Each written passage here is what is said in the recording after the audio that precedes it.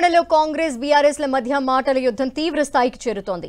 CM Revanth Reddy మాజీ మంత్రి కేటీఆర్ల మధ్య డైలాగ్ వార్ కంటిన్యూ అవుతోంది.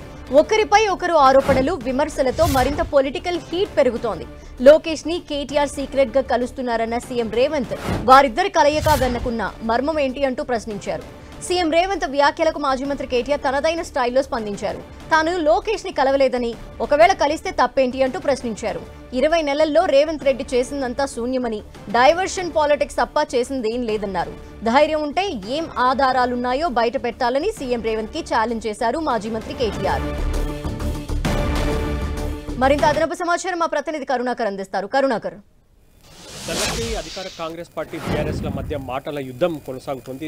సవాళ్ల పర్వం కూడా కంటిన్యూ అవుతున్న పరిస్థితిని మనం చూస్తున్నాం. అందులో ప్రధానంగా ముఖ్యమంత్రి Revanth Reddy, BRS party working president కేటీఆర్ల మధ్య సవాళ్లు, మాటల యుద్ధం కంటిన్యూ అవుతుంది, కొనసాగుతున్న పరిస్థితిని మనం చూస్తున్నాం. నిన్న ఉమ్మడి మహబూబ్నగర్ జిల్లా కొల్లాపూర్లో పర్యటించిన ముఖ్యమంత్రి రేవంత్ రెడ్డి ప్రధానంగా బీఆర్ఎస్ అధినేత మాజీ ముఖ్యమంత్రి కేసీఆర్ను టార్గెట్ చేస్తూ కీలక వ్యాఖ్యలు చేశారు. 10 ఏళ్లు అధికారం వెలగబెట్టిన కేసీఆర్ పాలమూరు జిల్లాకు చేసింది ఏం లేదు, రాష్ట్రానికి కూడా చేసింది ఏం లేదని చెప్పి కేసీఆర్ను టార్గెట్ చేస్తూ రేవంత్ రెడ్డి కీలక వ్యాఖ్యలు చేసిన పరిస్థితిని మనం చూస్తున్నాం. దాంతోపాటు నిన్న మొన్న రేవంత్ రెడ్డి ప్రధానంగా కేటీఆర్ను టార్గెట్ చేశారు. డ్రగ్స్ విషయంలో కావచ్చు, లేకపోతే సీక్రెట్గా ఏపీ మంత్రి లోకేష్ను కలుస్తున్నారని చెప్పి ఇటువంటి వ్యాఖ్యలు చేసిన నేపథ్యంలో కేటీఆర్ కూడా అందుకు ధీటుగా సమాధానం చెప్పే ప్రయత్నం చేస్తున్నారు.